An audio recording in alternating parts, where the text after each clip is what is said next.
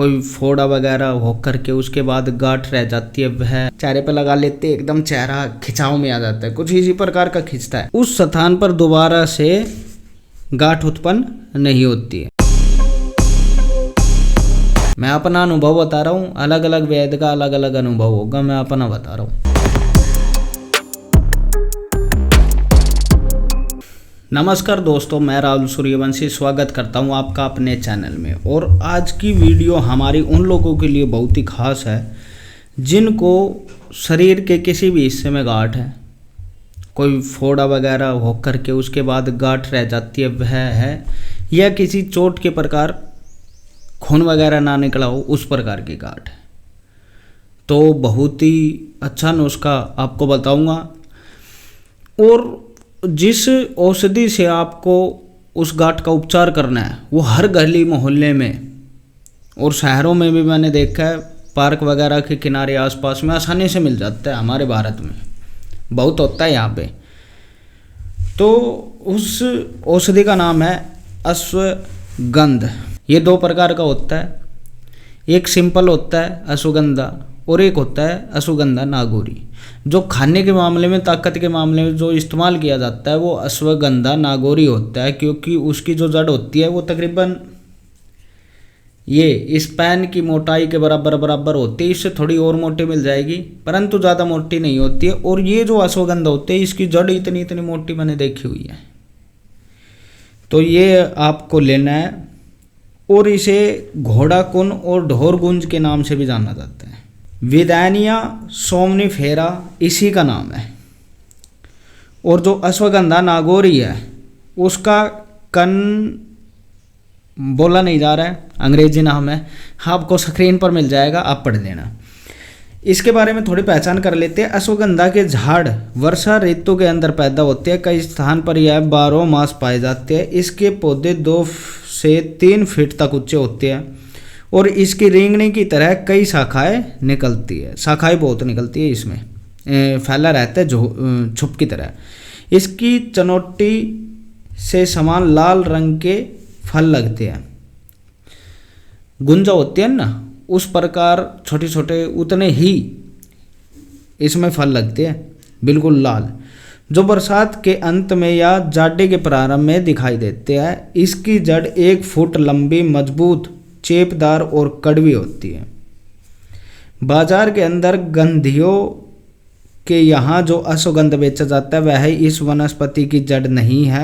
बाजार के अंदर जो बेचा जाता है वो इसकी जड़ नहीं है, और ये हकीकत है। ये जो अश्वगंध है जो मैं बता रहा हूँ, जिसका फोटो मैं आपको दिखाऊंगा, अगर जड़ की फोटो होगी तो जड़ भी दिखाऊंगा, उसकी जड़ आपको पंसारी के यहाँ पर नहीं मिलती। जो अश्वगंधा नागौरी है, जो खाने वाला है, जो ताकत के मामले में बेस्ट है, उससे बेचा जाता है सिर्फ।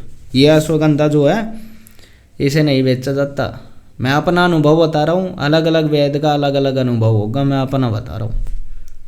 मैंने 2 प्रकार का अश्वगंधा देखा हुआ, प्रयोग किया हुआ है, अपने अनुभव से बता रहा हूँ, पढ़ सुन करके नहीं बता रहा हूँ मैं।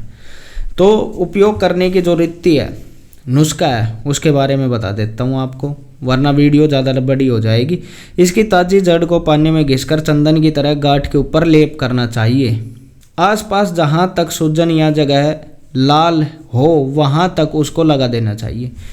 मान लीजिए गांठ यहाँ पर है और उसका जो किनारा है यहाँ तक फैला हुआ है, तकरीबन 1 पोरवे में, तो इतनी दूर तक अच्छे से लगा दीजिए, ढक दीजिए उसे घिस करके उसे लीजिए, लुगदी को, कल्क को, और ढक दीजिए। सूखने के पश्चात यह लेप खिंचता है, ऐसे खिंचेगा, वो जैसे मुल्तानी खिंचती है ना, चेहरे पे लगा लेते, एकदम चेहरा खिंचाव में आ जाता है, कुछ इसी प्रकार का खिंचता है।